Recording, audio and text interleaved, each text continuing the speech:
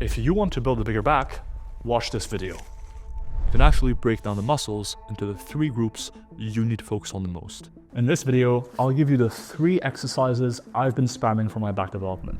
I'll also give you alternatives, sets, reps, rest times, everything you need to build your own back. The first group of muscles we need to focus on is the upper and mid back.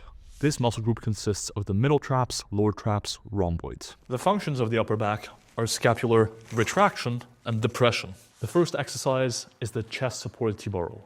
It's such a good exercise that I had to make sure we had it for the gym. The chest supported T-bar row has many benefits. The most obvious one is that it provides more resistance in the stretch than a traditional machine or free weight row. That's because the moment arm is greatest in the stretch position and reduces as you shorten the back. The second reason the chest supported T-bar row is so effective is that you have a chest pad to support your back. This will reduce fatigue. In a bent over row, after all, your hamstrings, glutes, adductors, and lower back have to work pretty hard to keep you in position. In a chest supported row, you can remove all of this work. This means you can really focus on your upper back and you'll reduce fatigue from the movement overall. As a result, you'll notice you can fit more back training into your week and make more gains. One often overlooked tip for the chest supported T-bar row is if the T-bar allows for it, meaning to say you can go deeper and still get a full stretch and not let the weight just rest on the ground, is to incorporate some spinal flexion and extension to the row. Meaning to say you should round your back at the bottom and extend it slightly at the top.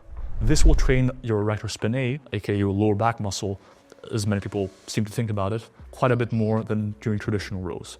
You'll be lengthening and shortening that muscle under load. When I perform the chest supported T-bar row, I aim for 3 to 5 sets of 5 to 15 reps, taking the first set to about 2 reps in reserve and the last set all the way to failure. Since this is a compound upper body movement, I take around 90 seconds of rest between sets. While the upper back does get trained when you're doing vertical pulling as well, like pull downs and pull-ups, I make sure I do some rowing twice a week at a minimum. In my opinion, slightly lower reps and heavier weights work best for rows, even chest supported T-bar rows for example, because it is a compound movement and doing more than about 15 reps on rows tends to get you out of breath.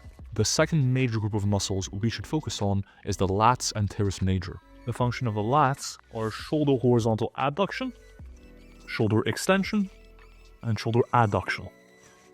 While the upper and mid back, the middle traps, the lower traps, and the rhomboids are mostly responsible for giving you thickness to your back, the lats and teres major can really help bring out the taper and the width in your back. Just like the upper and mid back get trained somewhat during vertical pulling, the lats also contribute to scapular movements slightly, so they'll get some training in during even the chest supported T-bar row. The second exercise is the underhand pull down. It works well to cover your grip bases. The underhand pull down specifically works well to cover your base as far as grip goes, since most people like performing rows most with an overhand or a neutral grip.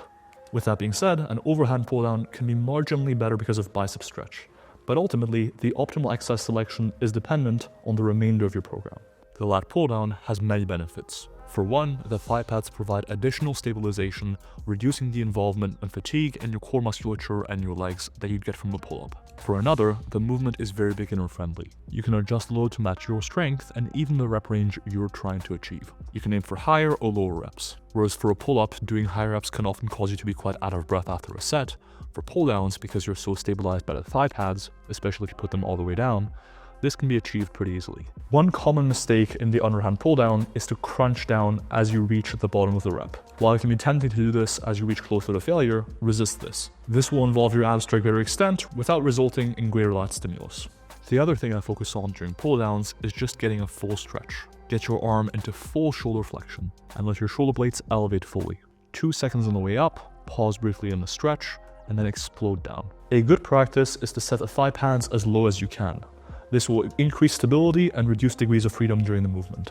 I aim for 3 to 5 sets of 10 to 20 reps per set, taking the first set to a couple reps from failure and the last set all the way to failure.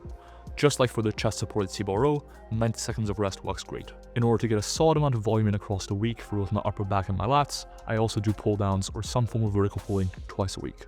The final major muscle group we have to focus on is the upper traps. The function of the upper traps is scapular elevation. The seated dumbbell shrug is a great option as well in terms of minimizing fatigue. In contrast to many standing variations, like the standing barbell shrug, where you often get a lot of spinal extensor fatigue, sitting down and just shrugging away can really minimize fatigue for spinal extensors and many other stabilizing muscle groups. The seated dumbbell shrug is my favorite upper trap exercise for 3 reasons. First, it allows for a full stretch and gives you a nice endpoint to the rep, ending the rep when the dumbbells touch your thighs. Second, by sitting down, you minimize fatigue in the spinal extensors and your hip extensor musculature. And third, by using dumbbells, in contrast to a barbell which you often have to load up for quite a while, it's a very time-efficient option. You just grab some dumbbells, sit down, and get going. As far as technique goes, I like to adjust my torso positioning until I feel the deepest possible stretch in my upper traps. Usually that means leaning forward around 15 to 30 degrees. Try to move only your arms. Your arms should remain extended the whole time, and you should think of your hands as hooks. Using straps can help in my experience. The thing you want to avoid is bending your elbows through a rep, especially to get the dumbbells to touch your thighs. Then I control the weight down over around 2 seconds, pause briefly in the stretch, and repeat. When I can't get the dumbbells to touch my thighs anymore, that's when I know I reached failure. A common mistake on these is to extend your hips or lean back as it gets close to failure. This can be tempting to do to extend the set and get the dumbbells to touch your thighs even when you can't quite complete the rep with just your upper traps anymore, but avoid doing this. Instead, direct all the stimulus to your upper traps. I aim for 2 to 4 sets on this exercise for 10 to 20 reps. Take the first set to about 2 reps in the tank, last set all the way to failure, and rest for around a minute on average between sets. Since the shrug is an isolation movement and you're very stable by sitting down, 60 seconds of rest is usually plenty. Again, I perform this twice a week, but if you don't care so much about upper trap growth, you can even just do it once a week. Since the upper traps do get some stimulus whenever you're holding on to an appreciable amount of weight, they do get some indirect training in even if you don't do much direct isolation work, like the seated dumbbell shrug. To add this workout into your routine, here's how I do it. Perform some variation of this workout 2 to 3 or maybe even 4 times a week if you're specializing on your back. Importantly, if you're going to repeat a back workout across the week, you probably do want some exercise variation. Instead of viewing each of these exercises as categorical musts, view them as categories. In any good back workout, you want to have these 3 categories: a horizontal pull or a row exercise, a vertical pull or a pull down or a pull up, and finally, some sort of shrugging exercise. Based on the latest research, picking at least 2 or maybe even 3 exercises across the week for each muscle is a great idea. So, in that spirit, let me give you some good alternatives to these movements if you either don't have the equipment or you're trying to pick exercises for your other back workouts for the week. Standing cable shrugs are a good alternative for many people. They provide a very time-efficient option. With that being said though, they're usually too light to use. Even with a full stack, you might find you can use a lot more weight than that. As an alternative, the standing barbell shrug isn't a bad idea. It's very loadable, which is also its downside. It takes so much time to load the plates that it's less time efficient as a result. It's also more fatiguing as a result of being standing, and finally, it tends to kind of hit your junk. If you don't have a chest-supported T-bar row, or you just have dumbbells, or you just want a great time-efficient option, I think the dumbbell bent over row is a great choice. Grab some dumbbells, bend over, and get going. Another alternative is the chest-supported machine row. This machine is actually great. Why? Because it loads the stretch quite heavily while also supporting your chest, reducing fatigue in your spinal extensors, glutes, hamstrings, and adductors. If you don't have this one, but you have the prime row machine, that's even better. The CL row is another option. It minimizes spinal loading and allows you to just focus on rowing the boat. Next, we have inverted rows. These are weird. On the one hand, no spinal loading, which is nice. They can have a favorable resistance profile, wherein you get more resistance to the stretch and less at the top. Pull-ups are fine too, although I do think pull-downs are slightly better pound for pound. With that being said, any pull-down variant will do, overhand, neutral, or underhand. Narrow grips do tend to be a bit better in terms of getting a better lat stretch. Dumbbell pullovers are also a great option. To do them, simply lie back, keep your elbows extended, go as far down as you can, pause briefly, and explode up. I would do some vertical pulling and some rowing 3 to 4 times a week for a total of 15 to 25 direct sets for my lats and my upper back per week.